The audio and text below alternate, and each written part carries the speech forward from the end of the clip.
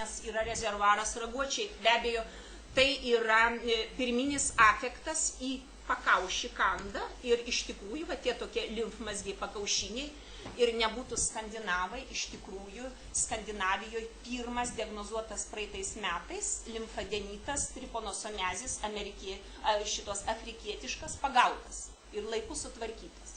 Tai iš tikrųjų, jeigu grįžta su limfmazgiais iš tų endeminių vietovių, mes turime pagalvoti apie šitas ligas.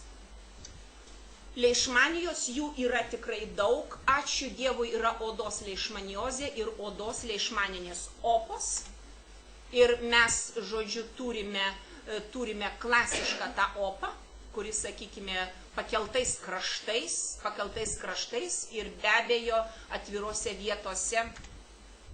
Ta odos ir gleivinio leišmaniozė yra labai aktuali, o visceralinė leišmaniozė iš tikrųjų žmogus išsekęs, karščiuoja, padidina blužnį ir kepenis. Tai yra tas splenohepatomegalija. Ir kaip tas vienintelis pacientas, kuris ir žuvo, Arkanzase rinko braškes ir, žodžiu, iš tikrųjų ten Viduržemio jūros pakrantė, jį sukandžiojo, prasidėjo nuo pakraujavimo, kažkokia tai rektoskopavo, tyrinėjo, karščiavo, blužnis ir epidemiologinė situacija, kur buvai 2 paskutinius metus, nusako diagnozę. Iš tikrųjų ir patikrinimą, nes ir blužnis šalinta, mes jeigu nenudažysime Romanovskio gimzos metodų, mes neturėsime diagnozių. Dėl to epidemiologinė situacija, įsiaiškinimas, kur žmogus buvo ir kokia jo ten elgsena ir kokie įvykiai susiję su sveikata, yra labai aktualu. Ir dabar šitą šistosomiazę mes vieną atvejį aš savo praktikoje turiu įvežtinį ir pasižiūrėkite, koks keliautojas, broli mano, jis skundėsi miego sutrikimais, gurgia žarnos, krinta svoris, iš tikrųjų tokie diagnostiniai kriterijai, karščiuoja, vidurėje svorio krinta. Malavi, Kyvų, Viktorijos ežeras.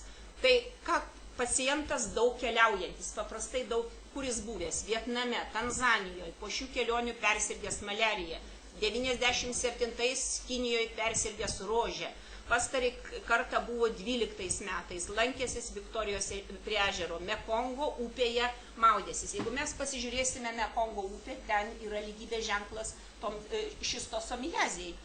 Taigi ir valgęs krevetės, jos labai skanios, ir netgi valgęs šunieną ir vytintą šernieną iš gurmaniškų paskatų. Taigi keliautojai yra labai tokie gruntauni, įdomus žmonės, bet aišku, mes turime jiems padėti pasveikti. Ir tas toks viduriavimas, ir čia yra granuliomos, yra darytas bioptatas, kolonoskopuotas ir ten yra rastos, matot, kaip infekcija yra paplitusi, netgi ir Dominikos Respublikoje, jeigu būsite, į ką atkreipti dėmesį, į bėrimus, lygiai taip pat, kaip aš sakiau, nuvažiavo iš Šri Lanka prieš vestuvinę kelionę, kryto į dramblių maudines, į kažkokį tai prūdą ir po to parvažiavę į Lietuvą išberti nuo galvos iki kojų blaškosi, kas jiem yra. Kelis mėnesius. Tai iš tikrųjų mes tada duodame antihelmintikus, nes nesinori praleisti šistosomiazės, nes jin kartais yra sunkiai diagnozuojama. Tai va, bėrimai tokie plaukikų niežuliai, tie vadinami, irgi yra diagnostiškai, o šiaip pat pilnas Egiptas pilnas tokių pilvų, nes tai duoda fibrozę kepenų, kiaušinius, kirminai deda kiaušinius ir, žodžiu, ovo ta pozicija ilgai gyvena ir fibrozuoja, sakykime, kepenys, dėl to gaunasi kepenų cirozė.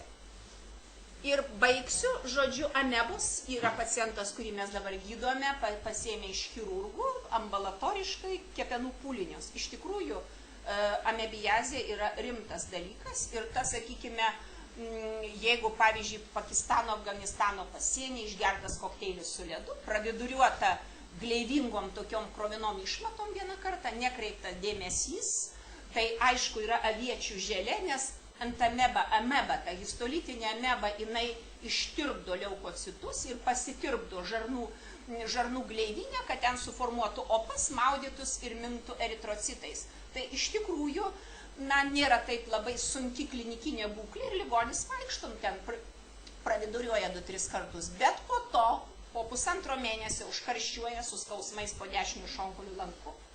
Yra pūliniai, 5 pūliniai. Kepenyse besiplečiantis, čia irgi labai greitai reikia 2,4 gramo metroindazolio į veną. Jeigu pūlinys daugiau 5 cm, aspiruojama, viskas. Komanda turi būti specialistų legertis dirbti, kad ligonį išgelbėti. Kita pacientė irgi Indijoje buvusi, jai pradėjo, kažką ten praviduriavo, petį dešinį skaudėti. Jam prasigriaužė ameba pro diafragmą į plautį ir faktiškai efuzija į pleurą simuliavo, netgi pas reumatologus pateko. Ir kai pradėjo kosyti krauju, pradėjo būti tyriama. Kai prasidėjo instrumentinė diagnostika, viskas paaiškėjo, buvusi Indijoje vasario mėnesį, balandžio mėnesį jau turėjo pragriaužtus plaučius. Tai yra ameba, grėsmingas parazitas, su jo juokauti negalima. Ir paskutinės mirtis buvo 93 metais Afganistano kareivėlių, kur kepenys yra išgriaužtos. Skylės. Kodėl? Todėl, pavyzdžiui, kai į ledą, jeigu pili karštą vandenį, išsidegina. Ta daro ameba. Su kepenimis, su žarnomis. Tai ir maliarija. Iš tikrųjų, maliarijos, aš galiu pasakyti, galbūt baigiant savo nuomonę, nes maliarija mus labai sugriežtina. Ir mes eksprezidento antilopių medžiotojus sulaikėme ligoninėje, uždarėme ligoninę be individualių, sakykime, atskiro tualeto ir gero serviso, todėl kad žmonėm yra paaiškinta, jums yra įtariama mirtina liga, jūs turite būti ligoninėje, jums turi būti paimtas kraujas, niekas nedaro jokių problemų. Kiekvienas žmogus atsako už savo sveikatą. Ir dabar iš tikrųjų, kaip apsisaugoti, žmonės labai atsipalaidavo, geria vandenį, toninį vandenį su chininu Afrikoje, valgo kažkokius svogūnėlius ir geria B grupės vitaminus. Taip, ir išgeria 3 tabletės mėnesiui, pasidengia profilaktiką. Vaistų galima nusipirkti be recepto, kur nori ir kada nori. Tai iš tikrųjų ir tai didina parazito atsparumą, nes kai prasidėjo keliautojai, tai niekas nenorėjo jau meflokwino gerti. Visi persimetė į maleroną. Tai va mes palengva taip ir didiname atsparumą. Tai iš tikrųjų, sakykime, ir Kauno atvejais, kur artemeter preparatais, RT terapija, kuris, sakykime, artemeter su lumefantrinu, ar, žodžiu, kur jau Afrikai yra skirta, buvo gydytas, bet dėja tropinį maliariją nukirto. Situacija yra sudėtinga ir mes Lietuvoje nepasiekėme tokios komandos, kur budinčiam daktarui, infektologui yra 2 telefonai. Vienas naktį paskambinti dėl vaistų, kitas dieną. Ir jie yra atvežami. O tai kaip nuo Šarūno mirties, kur, sakykime, į komą aš perėmiau budėjimą, toniniai, kloniniai traukuliai, opistotonusas ir išėjo žmogus. Maliarinė koma. Ir atsiskraidino prancūzų legionas, faktiškai pavėlavo. Buvo padaryta metodiškai viskas. Šiai dienai išgelbėti žmogų gali artemeter į veną ir eritropoetinas. Lietuvos gydytojai tam pasiruošė. Bet tai turi būti komanda. Laboratorinė diagnostika, biurokratinės įstaigos ir vaisto šansas gauti žmogų. Dabar mums dovanų, labdara, dar kažkas patys atsiveža kortemą. Galima gydyti ir ambulatoriškai tropinę maliariją, bet ligonis turi būti ta viena ligonė, kurgi buvo ištraukta iš mirties, tai, žodžiu, net vyksta konsultacijai. Skambinu pati.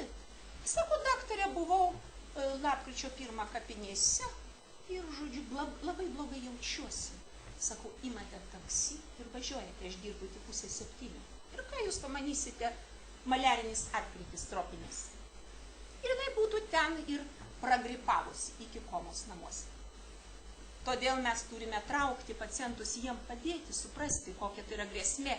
Ir kodėl nuo maliarijos numiršta, kaip mes pacientui paaiškiname, maliarijos tropinės parazitas puola visus eritrocitus, nesirenka pagal amžių. Dėl to yra labai aukšta parazitemija ir jie dauginasi geometrinė progresija. Ir viskas turi būti labai operatyvu. Ir be abejo, mums netapsime mes Afrikos juodaodžiais, kol eritrocitai mūsų praras, mutuos ir neturėsime DAFI receptorių, taigi nesirgsime maliariją, mums yra repelentai, atbaidikai, faktiškai įvairios fizinės priemonės ir tvarkinga chemoprofilaktika. Ir žinojimas, kur važiuoji. Iš tikrųjų, kas mums gali padėti, gal ne visi žino, infekcinių ligų geografinis gaidas dabar yra ruošiama, dirbame antram leidiniui, pasitelkėme dar Latvius kaimynus, skandinavai, mes rašom Baltijos šalių ir Skandinavijos, žodžiu, sergamumą. Tai šita keliautojui padeda, geografinis gaidas infekcinių lygų.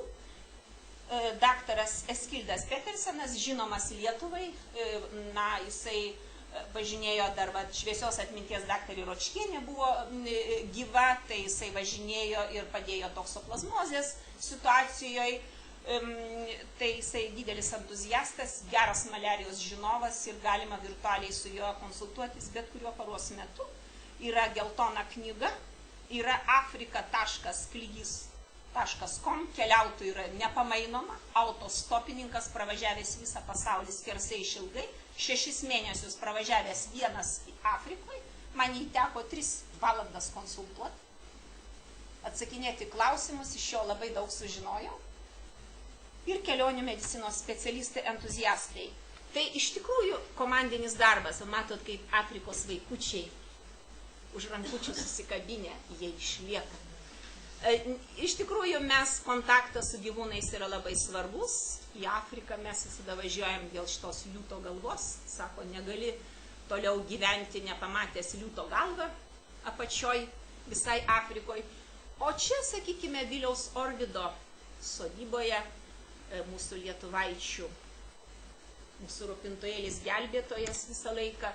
Ir be abejo, kad jūs nenukirstų lygos, yra dovanoju jums gėlių žmogų ateinančio pavasario proga. Ačiū už dėmesį.